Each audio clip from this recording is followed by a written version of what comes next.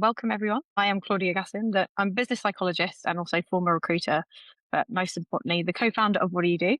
So a bit about us, we work with employers to support their employees through redundancy without placement. So onboarding them onto our platform to help them find a new direction. So individuals can come onto our platform, take the career transition assessment, which helps identify their skills and matches them to new career pathways with personalized job matches. And all of that is supported by our psychologist-led one-to-one coaching sessions as well. So we exist because we believe that losing a job doesn't have to mean losing your direction, and that the way organizations handle these moments matters enormously, both for the people leaving, but also particularly the people staying too. So today's conversation sits very much at the heart of all of that. As you know, redundancy is one of the hardest things a people leader is asked to do. The legal and human cost of it is real, and the reputational risk to your employer brand, to your culture, and to the trust you've spent years building. But done well, it can be handled with genuine care, it can be legally sound, and it can leave people feeling respected even when the news is really hard. So that's what we're here to speak about today. And I have two brilliant panelists joining me to cover both sides of the coin. So from the human side, we obviously have Sarah-Emily, also fondly known as Essie, and the legal side with Dion. So I'm going to let them introduce themselves just now. And before we close, I'll be sharing a couple of resources with you today. So the first is our Managing Redundancies with Care and Compliance checklist. So just a nice practical tool you can use with your team before, during, and after that process. And the second is our outplacement ROI calculator. So if you're currently building a business case for outplacement support, whether that's to protect any against tribunal risk, preserve your employer brand, or simply just to do right by your people, the calculator just helps you put some numbers behind the risks so you don't use outplacement, well, to get your budget signed off with confidence. So that's pretty much it, but let's get into it. So Sarah-Emily, over to you first. Tell us a little bit more about who you are, what do you do, and please share where and when you've managed redundancies. Okay. Hello, I go by SE.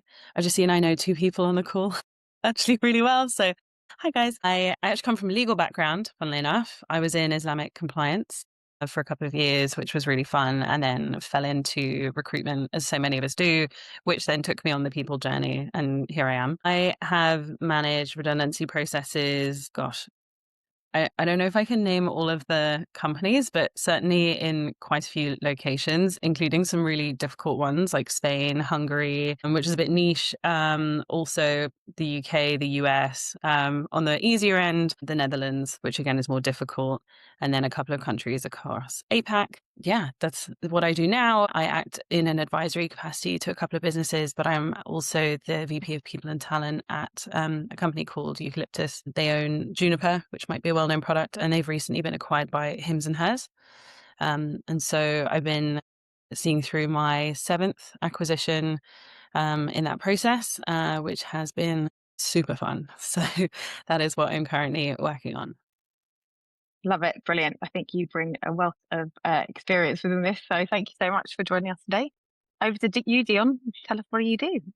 So I'm Dion McCarthy. I'm an employment lawyer and have been for about 15 years. I own McCarthy Solicitors, which I set up about 3 years ago. We've got about 10 senior employment lawyers. We act for employees and employers. Over the past 15 years, I'd say that I've been acting mainly for employees, about 60-40 ratio. So, I've been acting for, plenty of employers, but for the most part, mainly a majority for employees.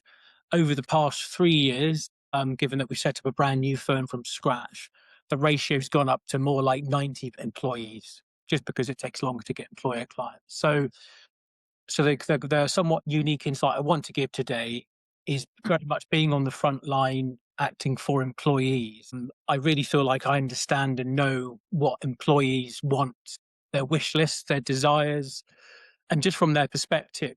Obviously, I act for employers too, but I've got a lot of up-to-date recent knowledge being on the front line. So, typically from when an employee's first received a letter from an employer, they might be on the phone to me within hours.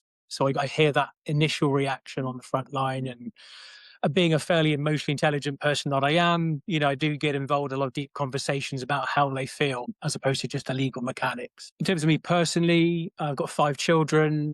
I'm recently become a born again runner just for my own sanity. and I live in Bournemouth. And spoiler alert today, in terms of my bias on the topic of redundancies, I am very pro settlement. I'm very pro mutually agreed terms where possible. So a lot of what I've got to say today is very much kind of with a bias towards that. So just say that in advance. Thank you. So, Essie, as you obviously mentioned earlier, you've led people through quite significant organisational change at scale across lots of different countries. So, could you just walk us through what a well-run redundancy process actually looks like from start to finish? Yes, I can. I can also tell you what a bad one looks like, because I think Yeah, the comparison for the two is also really helpful. Um, definitely. can I name and shame? Yeah, this is like safe space, right? Examples, very public examples of doing this very poorly, are X, formerly known as Twitter. As you may recall, all the stories where people just show up, they tap their cards, couldn't get into the building. Oh, you're fired. Great. Um, and actually Meta, formerly known as Facebook.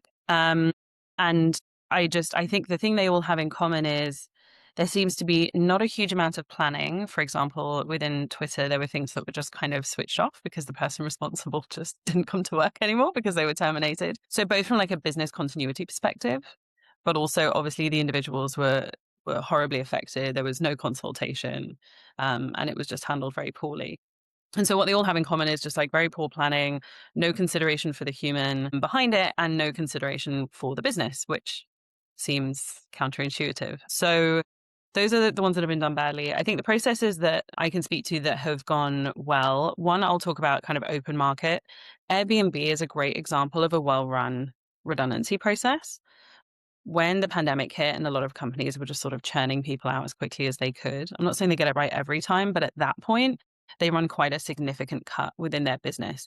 And I think what went well is the careful planning, the excellent communication, both to those remaining and to those leaving, and the thought of process that went into and the thoughtfulness behind the packages being offered, because they didn't just focus on, hey, you're exiting and we want to compensate you for the time you're not going to be here and the time you've spent here.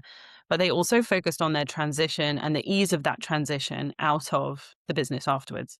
So keep your laptops. Here's a service to help you get a new CV up and running if you've been here for however long. Maybe you haven't looked at your CV in the last 7 years. I mean, I haven't written a new CV for myself in years. So I think things like that really showcase how it can be done well. Why?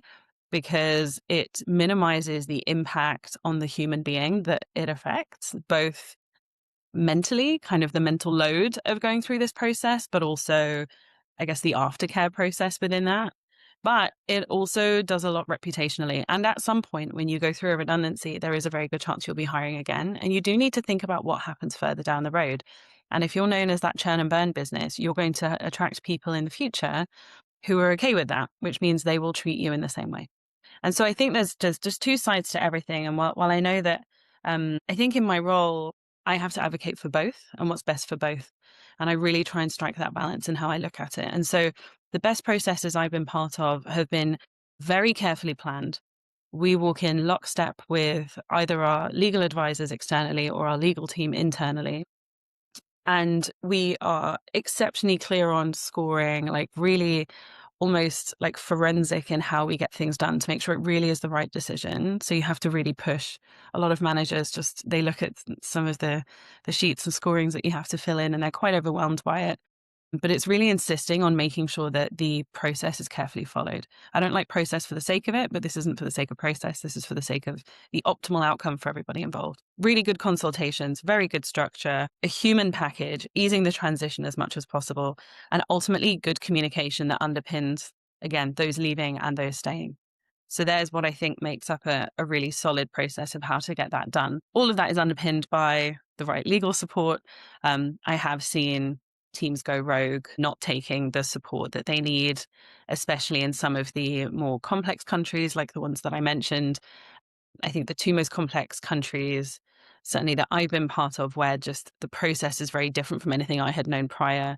Spain is a really good example of this. And Indonesia actually is really difficult to run a process like this. So I know it's not the same in every country. Obviously, we know a lot of our Central European countries are equally difficult and with good reason. But I think that gives you a good idea and overview of what good and not so good looks like and what the the main differences between that are kind of the approach and how much you think about the human beings within this equation, those leaving and those staying.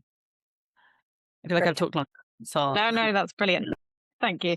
And I think one of the questions coming up is actually around, how do you define a selection matrix to define like how it's organized and structured? But we can get into that in a little bit later. So Dion, over to you. From a legal perspective, what are the non-negotiables in a redundancy process, and where do you see employers go wrong?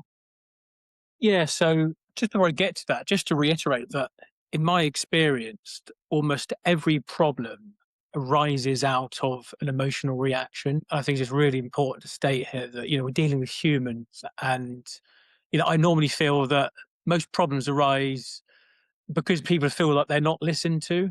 That's like probably the most common theme here in terms of what causes that emotional reaction. So the issues I find that it's not just because they're losing their job, it's that, in the process of losing their job, they're not being listened to. And I often find as well that on the topic of communication, that trust is normally damaged more by surprise and inconsistency as opposed to difficult news. We're all adults. Adults typically can take difficult news, and people are intelligent. We should give people more credit. And obviously, these people work in the organisation, so the chances are, if the company's needing to do redundancy, the chances are the employee may already understand why. For example, if all the clients aren't renewing due to cost of living crisis or other things due to taxation, recession, they'll be aware of it. It might not come as a surprise.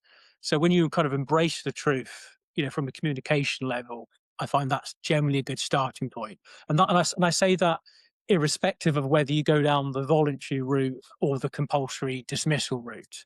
I think early, honest communication's key.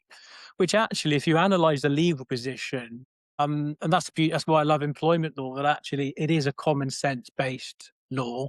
If you understand like all the common sense based principles, it fits very beautifully within the legal landscape. So, for example, if we look at, for example, a consultation, what does the law say? Well, it says it must be meaningful and genuine.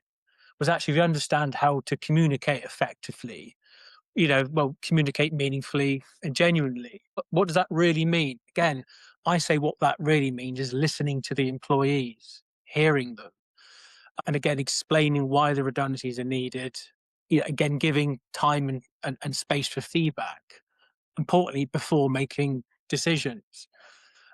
Avoiding the trap of predetermining outcomes. Not just going through the motions. Communicating openly. My question around that, actually, you made me think about, how much notice, and this also could go to you as well, I see. How much notice are you required to give that a restructure is about to commence or happen legally, and also from a practical standpoint from letting obviously all employees know? Hmm. There's no one size fits all answer to that. Just as soon as possible. What I say again, I'm very pro communicating very early on. The risk of redundancies and the reality. However, this is the part where I'll link it to my bias of settlements.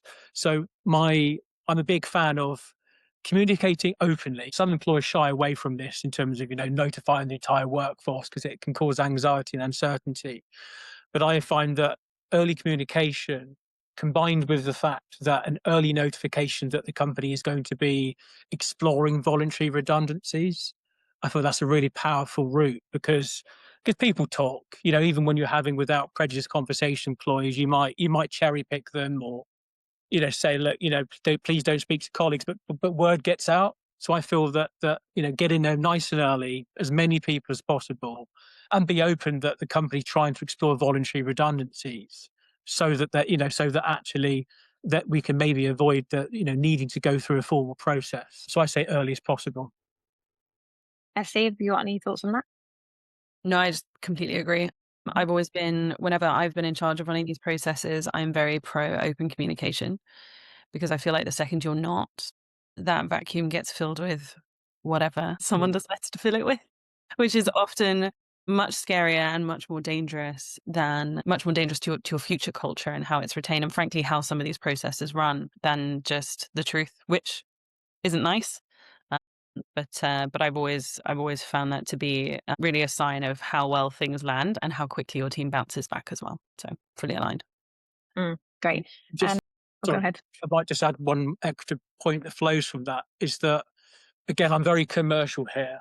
Is that, and obviously I advise employers all the time. They come to me saying they want to do compulsory redundancies, and I try and coach them towards settlement agreements. And I'll say things like, well, remember that the survivor employees are watching every decision you do, and they will have trusted colleagues. Just because you tell them it's confidential, they are going to be talking to their colleagues, and if they're kind of covertly singled out, ambushed on a Teams meeting without any prior warning, they are going to be talking to their colleagues. And if you're treating them unfairly or aggressively, word will spread. So I find that actually that by embracing the openness of the early communication to as many people as are relevant, coupled with the fact that giving them kind of upfront warning that, they may be approached in the next few days or weeks to have a conversation to gauge their interest on a voluntary redundancy basis, it actually means that those that are likely to remain and those who probably won't be subject to conversations,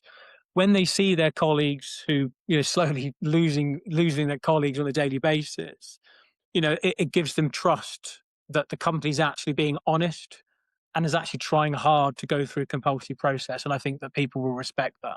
And again, you're more likely to have, lose trust in the wider workplace. So we've got to remember about the surviving employees here and their perceptions and how they feel about their colleagues, how they were treated.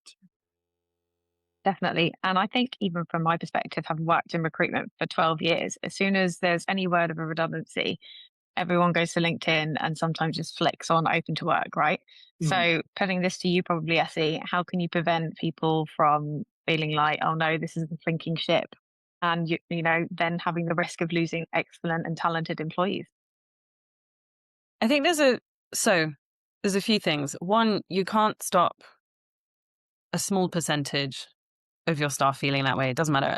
All of the things that you can do to prevent or minimize the impact of this will still leave you with a degree of uncertainty in some people that will have them go to LinkedIn and flick on open to work. It's just one of those things that you have to accept. I think while you're working through the matrices, the other thing that we've often done as part of processes is identified sort of a key talent or a key employee list or something like that alongside it. And then these are the people where you're then proactively making sure they're, in colloquial terms, feeling the love. Because I think that's then the group, because that's the scary group, right? If that's the group then starts interviewing and those are the people that head out, then that leaves you in a very difficult place as a business. And this could be a combination of, one-off skill sets. It could also be some of your culture carriers. So there's lots of different people within that list that make it up. And so often that's a really good way to help kind of immunize against a mass, well, not exodus, but a mass potential exodus, especially on LinkedIn. It doesn't look great.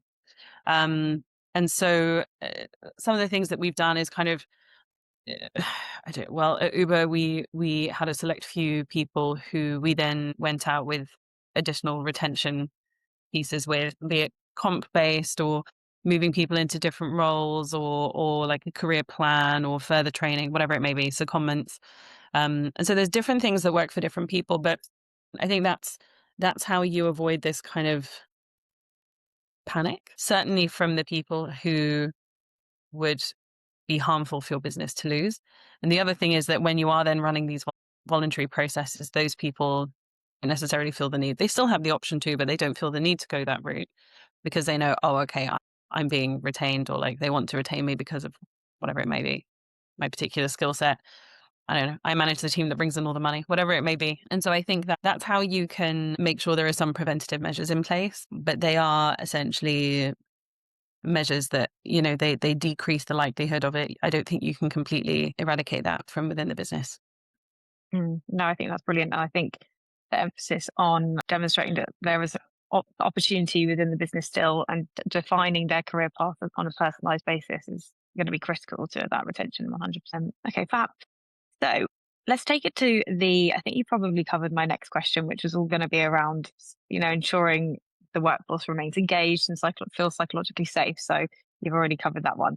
So pre-submitted questions that we received from everyone joining today. So the first one is, how many consultation meetings should you have?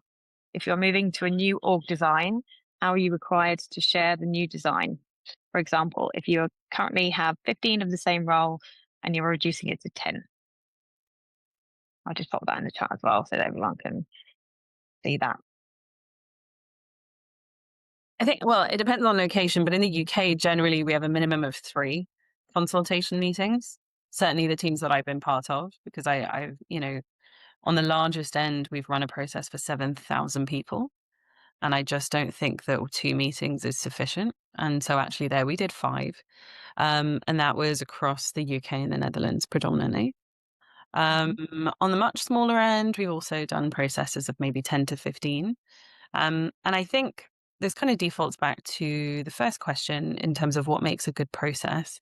You may not be required to share absolutely everything, but I like to err on the side of just transparency, however and whenever possible, because you've already gone through the matrices at this point. So you're able to back up the points that you're making. And so if you are able and willing to share kind of, hey, this is the plan that this is where we plan to move to, this is what we want this to look like in future because of whatever the reasoning may be, then if you can, then I would, because I think it further contributes to all the points we've made about speaking openly and making sure that the remaining group as well as the leaving group feel like you've given this careful thought. And I think the details that you give will dictate whether or not people feel that way, especially your remaining group. So so my rule of thumb is minimum 3. Obviously, it depends on the complexity and the size of it. Minimum 3 meetings, and share as much as is appropriate. But before you do, make sure that you've done your homework and you've crossed off everything from your checklist. And I have built a checklist, which I'm happy to share with you, Claudia, if you wanted to share it with anyone else, in terms of I've taken it with me over the last few processes, and it's been really helpful. And it is very much UK centric, but it's a really good checklist for your people team. Well, I have already built one to share with everyone after this, but I will happily cross-reference it with yours. Definitely, 100%. Okay, next question is, what makes a fair and reasonable redundancy selection matrix?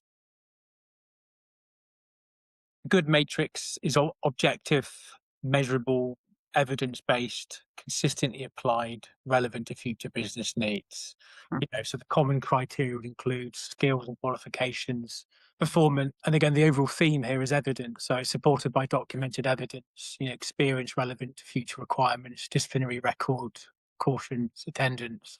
Also, got to be careful here in terms of disability-related or pregnancy-related or other protected absences. But the main things in terms of like what to avoid, like in other words, how do we make sure it's not an unfair or unreasonable redundancy selection matrix? So we avoid measures such as attitude, loyalty, or cultural fit, less clearly defined. We've got to be careful about criteria that indirectly disadvantage protected groups. And obviously, and in fact, an early point I should have said actually is about, training managers, early on, making sure that they're trained, and making sure that we're avoiding, using managers' recollections of things or managers' individual opinions as opposed to documentary evidence. So, for example, we often, this is where we find an Achilles heel here. So obviously, as a generally acting for employees, where do we most commonly find a legal challenge?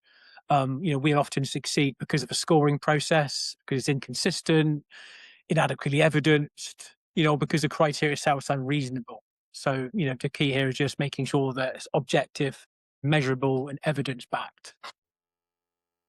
Brilliant. Thank you for that. That's very comprehensive.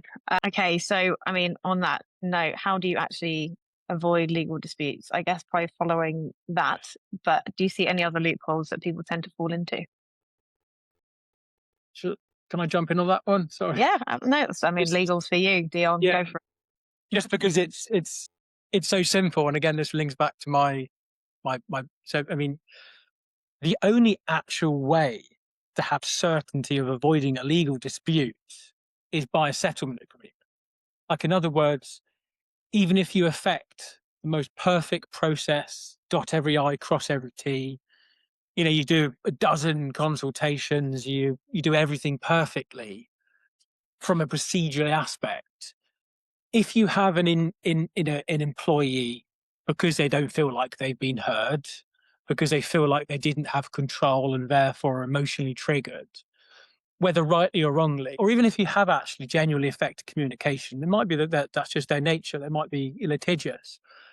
There's nothing stopping an employee from issuing an employment tribunal. It's very easy. There's no legal fees. You just notify ACAS, and employees can readily and easily notify, bring an employment tribunal claim. It takes 10 minutes. It's about as difficult as putting something on eBay. So it's very, very easy for an employee to file an employment tribunal claim.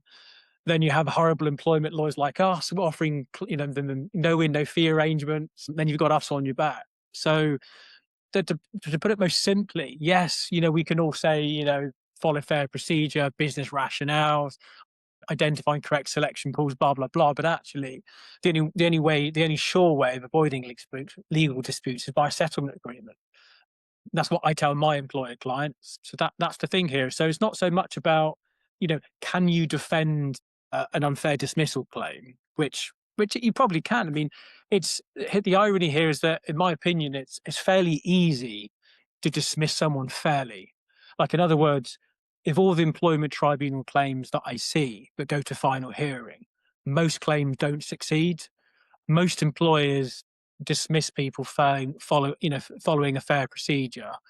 Most claims lose for redundancy-based dismissals because the starting point is it's a fair reason. Particularly in the current climate, it's fairly easy for employers these days to show that a role is redundant. But the issue here is that, well, how do you avoid being dragged to tribunal in the process? Having a case hanging around for a year or two, and someone feeling disgruntled and drilling holes in your boat for the next 2 years. And that's really why I'm so pro settlement for both perspectives. So that's what I would say in terms of how best to avoid a legal dispute. Thank you very much for that. All right, next question is, how do you protect culture during change?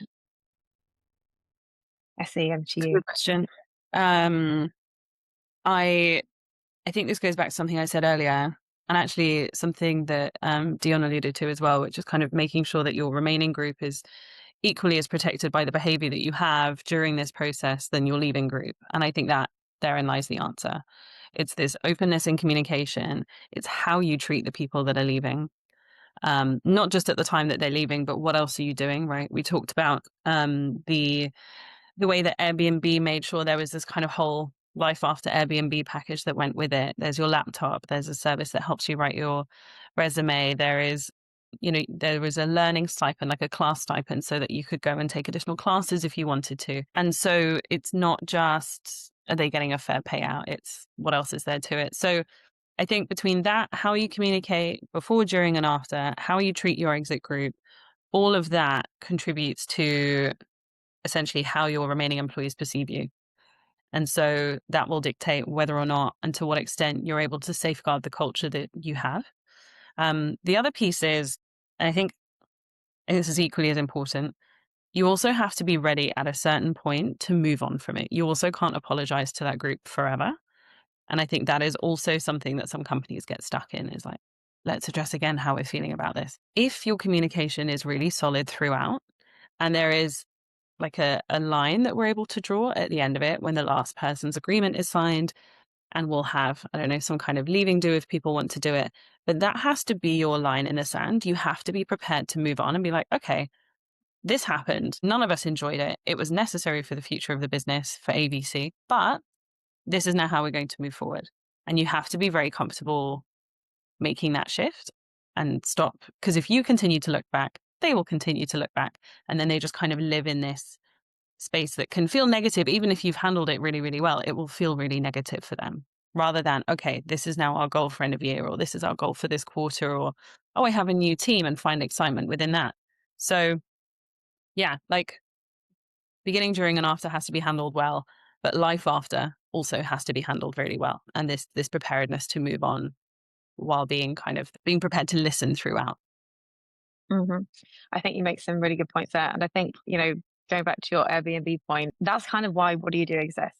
We provide that aftercare for employees who are departing the organization. We help them through that transition psychologically, but also providing them with really practical, assessments for where they can figure out what to do next. They're how to upskill in other new career pathways, but also from the psychology coaching side, it actually gives them that space to talk about that transition and create a bit of an action plan as to what they're going to do next. And also from a business psychology standpoint, I've worked with businesses who've gone through transitions, and they've provided coaching for existing employees as well to help ensure that it gives them that space to speak with someone who isn't within the organisation, or even in the organisation if they have internal coaches. It enables them to have that space to talk through it and talk about their concerns in an unbiased space. So that's one thing that you can do as well. Susanna's popped in the chat. Can you give us some guidelines on what an average settlement might look like? Dion, probably that one, or SE? Yeah, fantastic question. And that's the thing here, is that I think, well, let me explore why don't employers often do these? Like, why would you not do it? I think it's normally for two reasons. One is that there's a perception that it's going to be expensive. So like an indulgence, if you like, well, it's okay if a company's got loads of excess money. And the starting point here is if a company's doing redundancies, they probably don't have loads of excess money. So there's a perception that, like, is it wasting money? You're throwing good money down the drain. The other perception, actually, which is the other reason which I want to kind of weave into this answer, is that I find that, I've got to be careful to choose my words here, that I find that HR leaders often want to showcase their value or skill set in terms of how great they are at employment law, in terms of affecting the process. So kind of very much like, hey, I've got this, I know what I'm doing. I'm going to go through a process. I'm going to dot every I and cross every T. And I feel that sometimes HR leaders can have a perception that if they suggest, voluntary settlement agreements, they might have a perception that they're choosing the easy way out, or that they're kind of cutting corners, and that might come from a position of insecurity or perception of weakness. That, well, why would you be suggesting this? And what I would say, actually, to any of the amazing HR leaders, just notwithstanding however much encyclopedic knowledge you may have of redundancy, just because you can go through a process doesn't mean you should. So I would really encourage HR leaders to actually have discussions with CEOs and actually pitch the bigger picture here, and have these conversations and explain the benefits. And in a moment, I will talk about how much an average settlement looks like. Before I do so, that the other things worth mentioning, obviously, is the reputation here. It's avoiding legal disputes. It's about, actually, how can we keep morale high with the survivors here? Because if the perception within the organisation is that, hey, it's a shame that we've lost 20% of our colleagues, but hey, at least they're all looked after. Oh, I heard that Jeff in accounts, he got a good payout. I heard that he's moved on now, he's happier, he's now, taken early retirement. Like, if there's like a positive story here where everyone's kind of like seeing the blessings in it, or they've moved on, or maybe they were looked after and a good reference, maybe they had some outplacement support and able to pivot and have a career directional change. So word spreads. So if there can be blessings there in terms of the opportunity to actually, hey, at least this company's a good company. Yes, they're great to work for, but hey, if I ever am also like one of my colleagues, I have to leave one day, well, at least I get looked after on the way out. There's lots of big picture reasons why they're a good idea. But in terms of like the fundamentals, well, how much does it really cost? Is it tens of thousands of pounds? I mean, in my view, in addition to all the contractual benefits they get anyway, and in addition to the statutory redundancy, here are, I say, like the extra costs. Well, you're going to need to pay about £500 plus VAT for the employee to take legal advice. In the scheme of things, looking at the average earnings, and given that these people are going to have been employed for more than 2 years, well, that's not a huge expense. And in terms of how much they get paid on an ex gratia basis, typically it's only anywhere from 1 month's gross salary to possibly 3 months. So, rarely would I see employees getting, say, 6 to 12 months pay on top. That would be very, very generous. So typically, really, it's just the basics that they would get anyway, plus maybe a month or two, or a few months on top growth pay. And obviously, you might look at that. So, well, that might be an extra £10,000. That's a lot of money. What I would say is that if you're employing someone who clearly would have been there for more than 2 years, given it's going to take weeks or months to dismiss them anyway, in the scheme of things, what's an extra couple of months gross pay? So I would say that actually that there is good value for money there. I would say that it's not extortionate, and that it would be valuable and a good use of the company's money and resources. Thank you for that, Dion. And also, Susanna, for your benefit, the risks we've got a calculator which identifies the legal risks. I've just put the link in the chat here, and it outlines things like average settlement, and you can put in how many employees are being made redundant, what their average salary is, and then the likelihood of a tribunal claim per redundancy, legal defence costs, and also remaining workforce productivity. Sort of and that's also based around CIPD and ACAS data. So check that out if that helps. And then in addition to that, we have probably time for one more question. So does anyone have any further questions that they wanted to highlight? I think if not, I do have one more, which is, how do you strike the balance between caring for people and meeting business needs?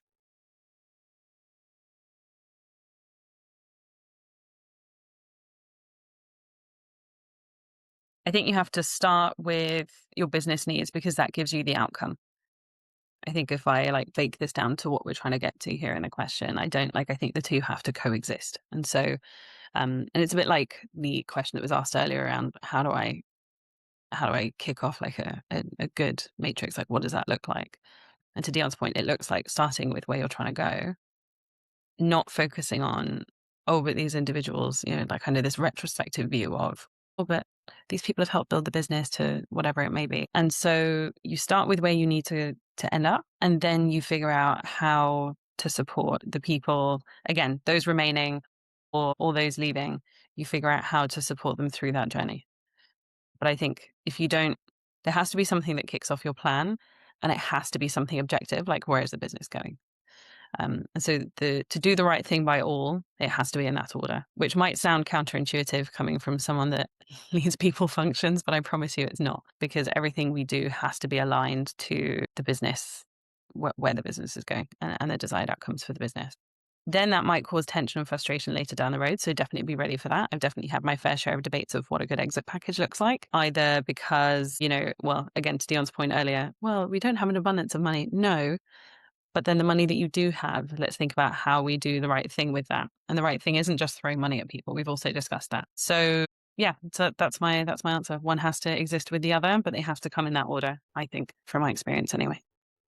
Brilliant. And I think Joe's also mentioned here, and for voluntary redundancy, what range do you suggest for that? Was that related to the settlement, Joe? Yes. Just if you'd say there's anything different, because I guess processes that I've done, it would be like the voluntary, and then there's like the company enhanced, which would align to kind of the 1 to 3 months that you've said, Dion. I just then wondered if before that you would offer anything to the VR. Yeah. I mean, I've actually had cases where we've managed to avoid any compulsory redundancies. So we sent that initial letter out saying, sorry guys, not looking good. Here are the problems. Lots of clients. We talk about a marketing company, incidentally. So, they lost loads of business, lost big clients. Here's a reality. Here's a problem. Here's what we're trying to do. Luckily, we were very quick and targeted with the discussions, very to the point, generous. We incentivized people. We got them signed up very quickly.